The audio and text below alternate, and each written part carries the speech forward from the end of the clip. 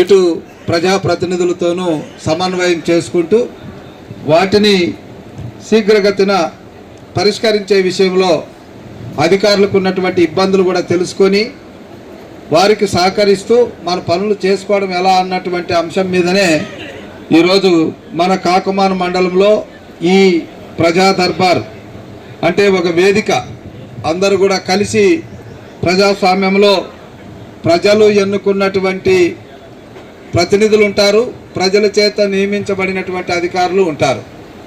ఇద్దరికీ బాధ్యత ఉంది. ప్రజలే రాజులు కాబట్టి ప్రజలకు సంబంధించినటువంటి విషయాల మీద ఒక అవగాహనతో కార్యక్రమాలు చేయాల్సినటువంటి అవసరం ఉంది. ఇప్పుడే అగస్టన్ గారు మొత్తం మన మండల ప్రోగ్రెసివ్ రిపోర్ట్ అనేటువంటిది చదివారు.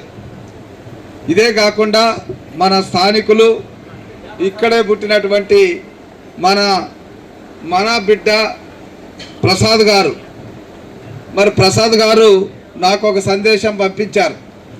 రైతులకు సంబంధించినటువంటి పొలాలకు సంబంధించి డొంకలు ఏమున్నా వాటన్నింటిని కూడా 30 నుంచి 40 లక్షల రూపాయలతో నేనే సొంతంగా చేపించి పెడతాననేసి చెప్పారు. సో దీని విషయంలో ఆయన్ని మనం అభినందించాలి. అదేవిధంగా శ్మశానానికి సంబంధించినటువంటి దాంట్లో కూడా మరి ఎన్ఆర్ఐల ద్వారా కానీ మరొకరి ద్వారా కానీ ఒక 25 లక్షల రూపాయలు సాయం చేస్తానని ప్రకటించున్నారు.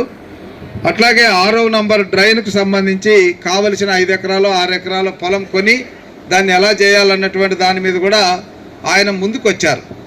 కాబట్టి ఇప్పుడు కూడా మనం అభినందించుకుంటూ ఇప్పుడు మనం కొన్ని విషయాల మీద ఒక అవగాహనతో పనిచేద్దాం.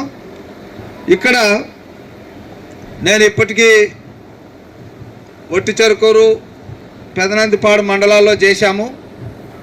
అక్కడ చేసినటువంటి విధానం ఏంటంటే ఒక్కొక్క గ్రామానికి సంబంధించి ఆ గ్రామానికి సంబంధించిన స్పెషల్ ఆఫీసరు అంటే పంచాయతీ అనుకోండి, స్పెషల్ ఆఫీసరు, దానికి సంబంధించిన అధికారులు, అట్లాగే ప్రజాప్రతినిధులు, అక్కడ మన పార్టీ లీడర్లు కానీ లేదా అక్కడ ఉన్న నాయకులు కానీ వాళ్ళు వచ్చి వాళ్ళ సమస్యలు చెప్తే దాన్ని రికార్డు చేసుకొని మళ్ళీ ఒక 15 రోజులు 4 రోజుల లోపల వాటిని పరిష్కరించే విధంగా ముందుకు వెళుతున్నాం అన్నటువంటి విషయాన్ని మీకు తెలియజేస్తున్నా. రెండవది, మన దగ్గర కొన్ని నిధులు ఉన్నాయి.